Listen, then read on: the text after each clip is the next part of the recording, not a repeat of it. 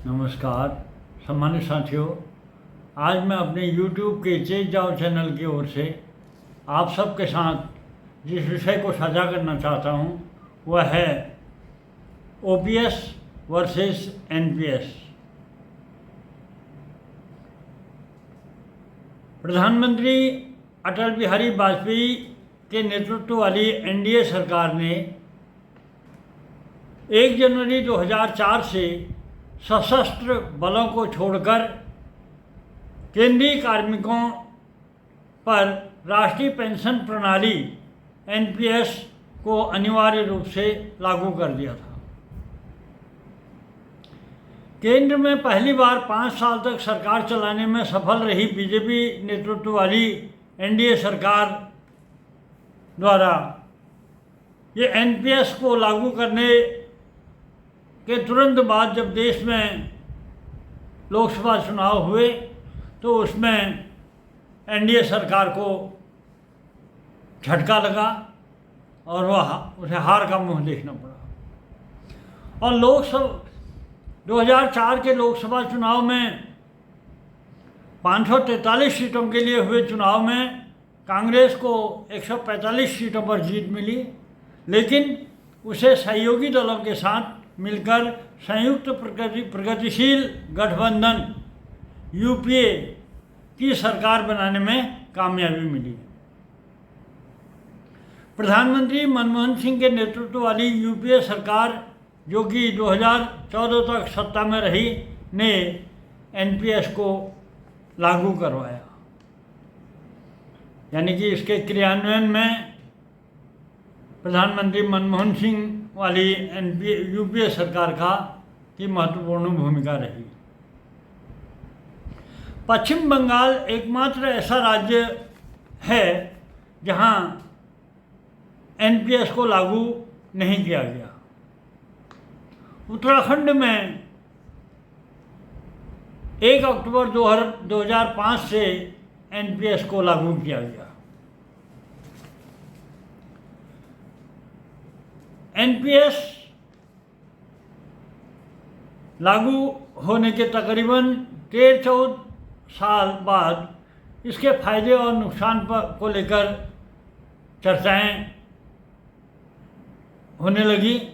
और इन चर्चाओं के साथ ही इसका विरोध भी शुरू हो गया और OPS की बहाली की मांग तेजी से उठने लगी। OPS की बहाली करने वाला सबसे पहला राज्य राजस्थान है। राजस्थान की अशोक गहलोत सरकार ने फरवरी 22 में OPS बहाल करने का ऐलान किया। इसके बाद झारखंड, छत्तीसगढ़ और पंजाब के बाद हिमाचल सरकार ने भी OPS को अपने राज्यों में बहाल कर दिया है। विधानसभा के चुनाव में इन 5 राज्यों के विधानसभा चुनाव में मिली हार तथा गैर बीजेपी सरकारों द्वारा OPS की बहाली को देखते हुए आखिरकार केंद्र सरकार ने भी NPS के रिव्यू के लिए एक कमेटी का गठन कर दिया। 24 मार्च 2023 को वित्त मंत्री सीतारमण ने संसद में NPS के रिव्यू के लिए वित्त सचिव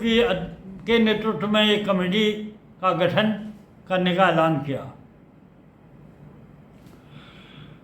OPS बहाल करने के बाद जब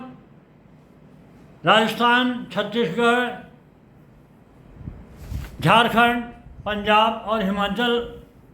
प्रदेश की राज्य सरकारों ने पेंशन फंड नियामक विकास प्राधिकरण PFRDA को पत्र भेजकर कार्मिकों के NPS में जमा अंशधन को राज्य सरकार को लौटाने का आग्रह किया गया, तो पता चला है कि PFRDA ने यह राशि लौटाने से इनकार कर दिया है। इससे पूर्व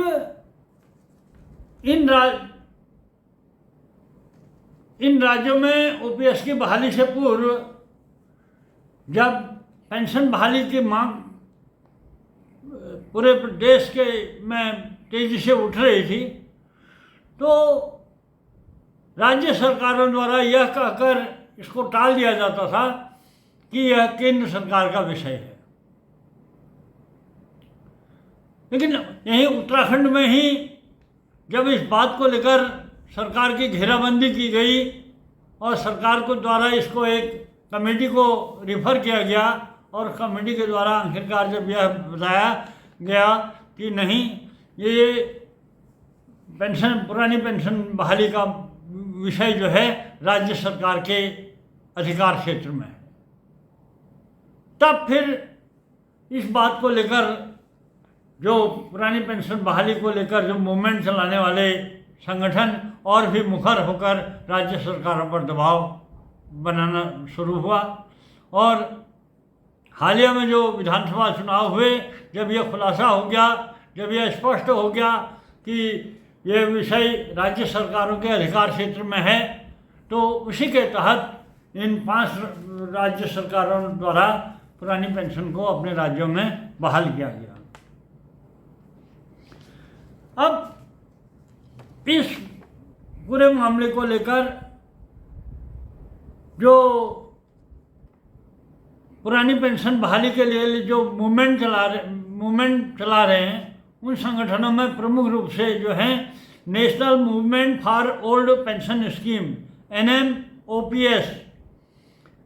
all teachers employees welfare association अटेवा,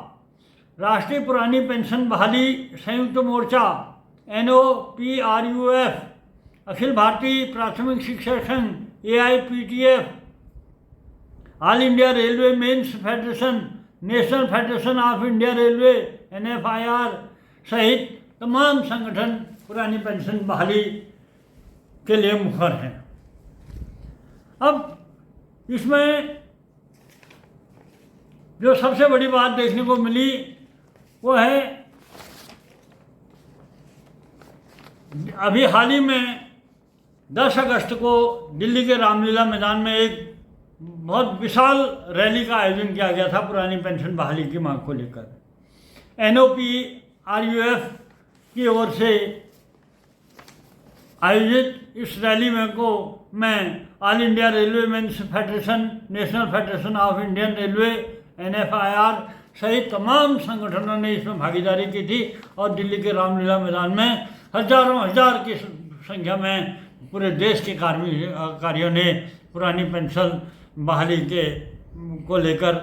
प्रदर्शन किया था और NPS गो बैक के नारे लगाते हुए जो प्रदर्शन हुआ था 10 अगस्त को, उसके ठीक एक दिन पहले जो केंद्र सरकार पुरानी पेंशन बहाली की मांग को लेकर किए जाने वाले प्रदर्शनों को नज़रअंदाज करते आ रही थी, उसी केंद्र सरकार ने 10 यानी कि 9 अगस्त को एक आदेश जारी करके कार्मिक और प्रशिक्षण विभाग DOPT द्वारा एक आदेश जारी किया गया था, जिसमें पुरानी पेंशन बहाली के लिए जो भी मूवमेंट में भाग लेने वाले कार्मिकों को चेतावनी दी गई थी कि NPS के विरोध सहित किसी भी रूप में हड़ताल में जाने वाले कार्मिकों को अंजाम भुगतना पड़ेगा और इसमें वेतन कटौती भी हो सकती है।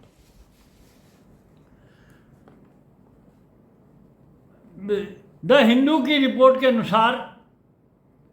कार्मिकों की जो NPS में जो की परिधि में आने वाले कार्मिकों की जो आंकड़ा बताया गया है वो ये है कि 1 मार्च 2022 तक केंद्र सरकार के कर्मचारियों की संख्या 30.13 लाख थी। 31 जनवरी तक NPS के तहत 23,65,693 केंद्र सरकार के कर्मचारी और 60,32,768 राज्य सरकार के कर्मचारी NPS के परिधि में नामांकित थे। तो जब 9 अगस्त को जहां केंद्र सरकार ने NPS के विरोध में आंदोलनों में शिरकत करने वाले कार्मिकों को चेतावनी जारी की, वहीं 9 अगस्त को ही उत्तर प्रदेश जैसे बीजेपी शासित राज्य की विधानसभा में, विधानसभा सत्र के दौरान विधानसभा में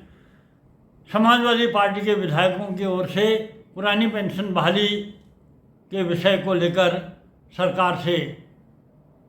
एक प्रश्न पूछा गया था, जिसके जवाब में वित्त मंत्री सुरेश खन्ना ने कहा कि कर्मचारियों अधिकारियों को पुरानी पेंशन स्कीम के मुकाबले नई पेंशन स्कीम से ज़्यादा लाभ है।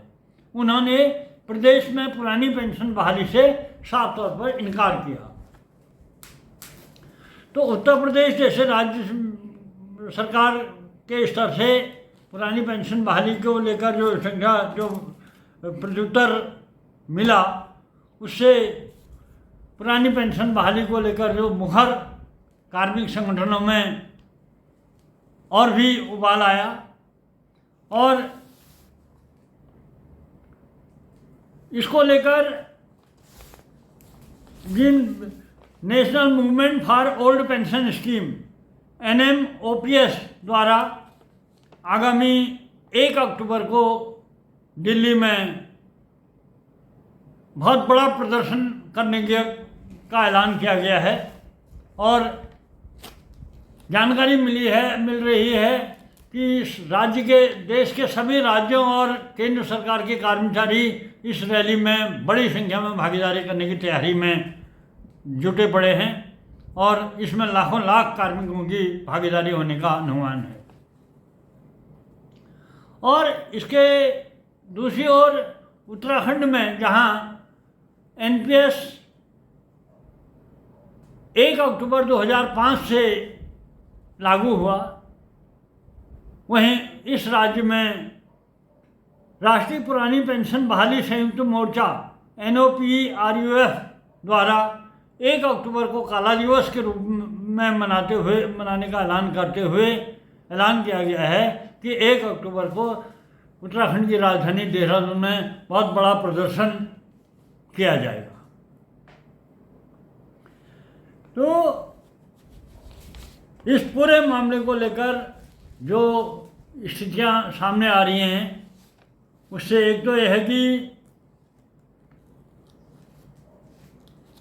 राजनीतिक दलों की जो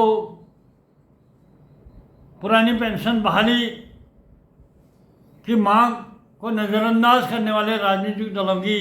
नींद उड़ी हुई है और दूसरी ओर जो पुरानी पेंशन बहाली की मांग को लेकर जो मूवमेंट चला रहे हैं, उन संगठनों में जो उबाल आया है उत्तर प्रदेश की विधानसभा में जिस ढंग का प्रत्युत्तर मिला, उससे सारे संगठनों में और भी उबाल आया है और आगे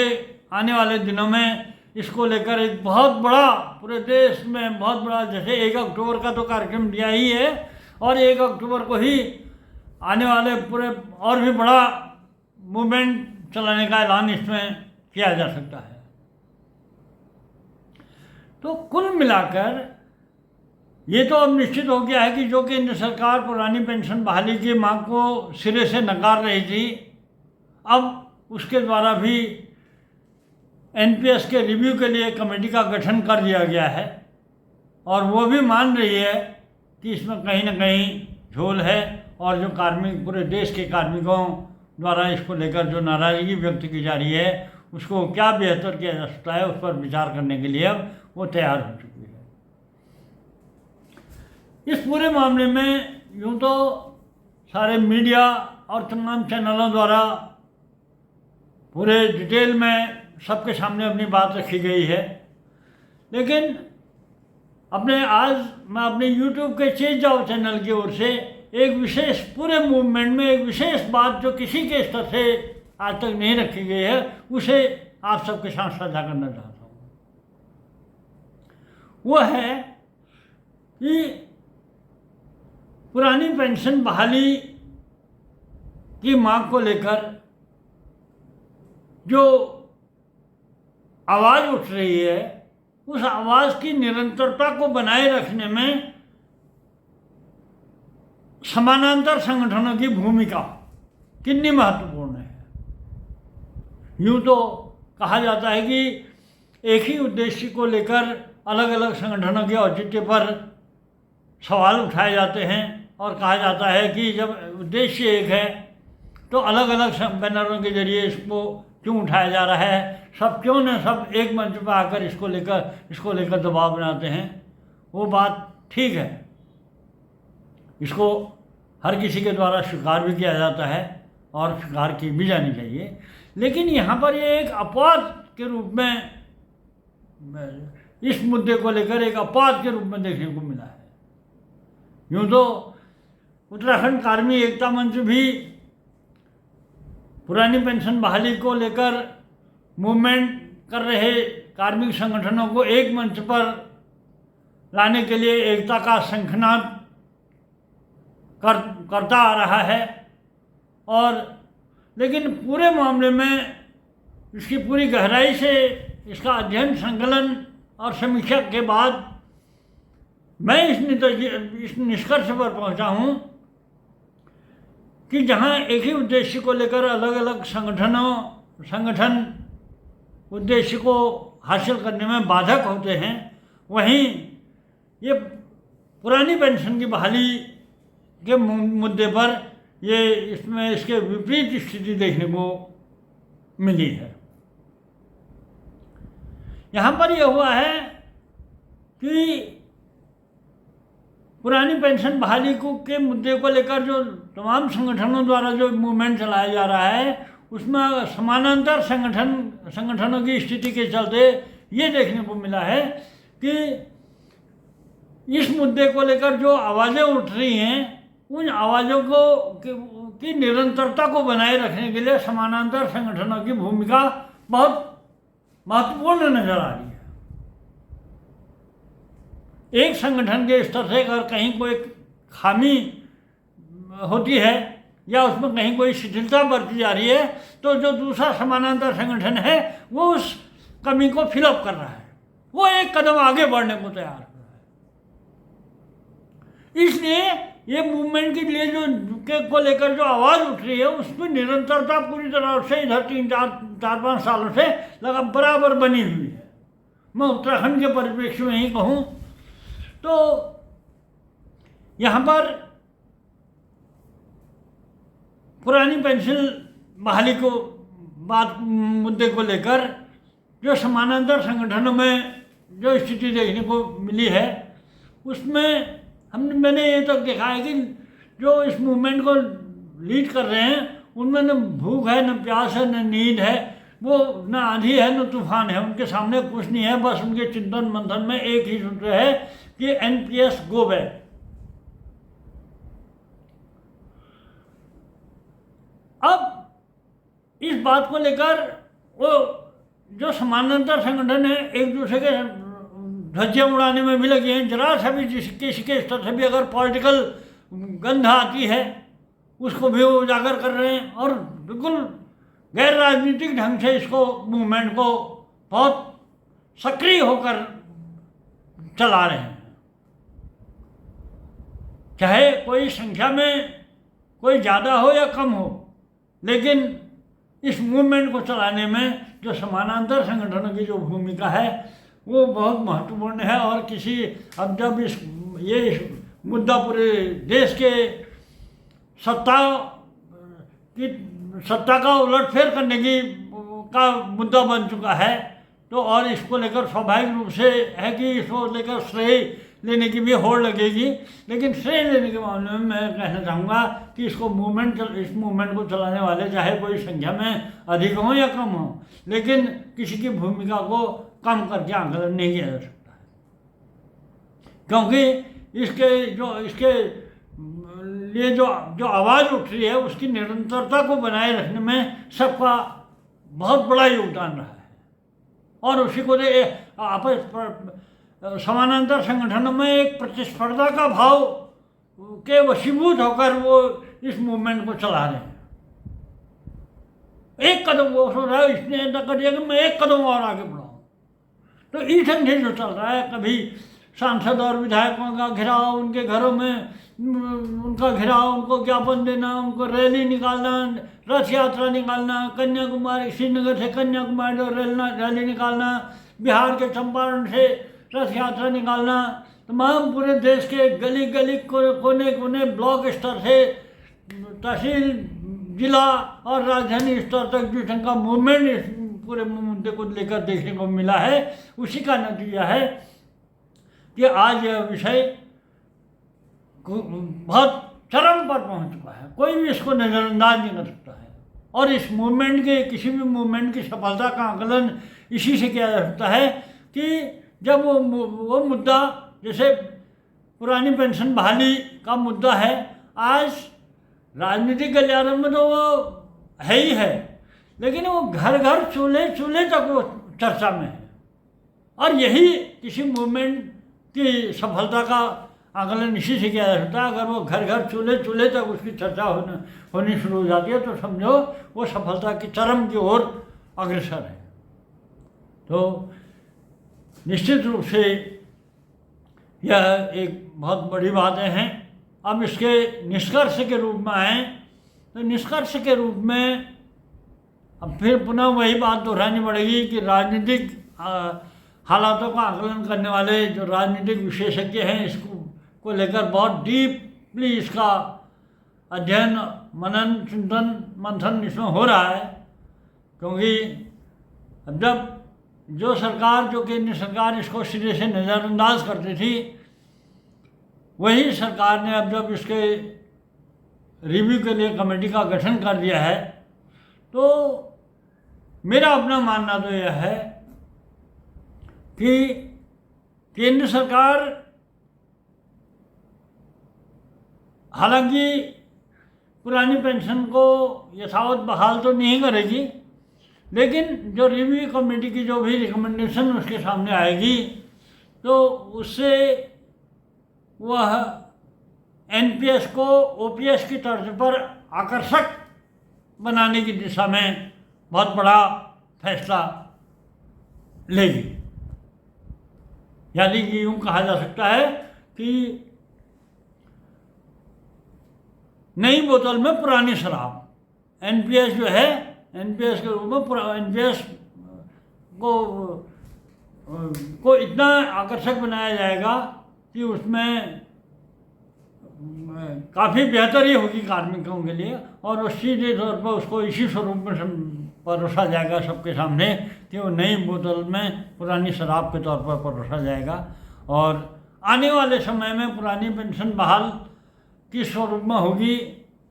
ये तो वक्त तो बताएगा, लेकिन आज की हालात जो हैं उन हालातों को देखते हुए, जो इसमें प्रोसेस में है उसको देखते हुए इतना तो निश्चित रूप से कहा जा सकता है कि ये एनपीएस में पुरानी पेंशन की तर्ज पर बहुत आकर्षक अमेंडमेंट किए जाएंगे, ये तो निश्चित है। और हो सकता है जो आने वाले लोकसभा चुनाव को देखते हुए और कार्मिक संगठनों का जो दबाव लगातार बनता जा रहा है उसको देखते हुए, और राजनीतिक संगठन दलों के बीच में जो प्रतिस्पर्धा है, जो एनडीए के अगेंस्ट जो लोग जितने भी गठबंधन हैं वो सब उनके घोषणा पत्रों के मुख्य प्रश्न में कि मैं टॉप में ये डिमांड है कि पुरानी पेंशन बहाली की डिमांड टॉप में है, उसको देखते हुए एनडीए सरकार भी क्या निर्णय लेगी ये तो अब उनका राजनीतिक नज़रिया होगा। लेकिन ये तय है कि एनपीएस में बहुत बेहतर अमेंडमेंट होंगे और निश्चित रूप से वह नई बोतल में पुरानी शराब की तर्ज पर सबके सामने उसको पुटअप किया जाएगा। तो सामान्य साथियों, आज अपने इस पूरे मामले में जो सबसे उल्लेखनीय विषय जिसमें मैं फोकस करना चाहता हूँ वो है कि पुरानी पेंशन बहाली के मुद्दे को लेकर जो समानांतर संगठनों की जो भूमिका है संघ में समानांतर संगठनों की भूमिका के चलते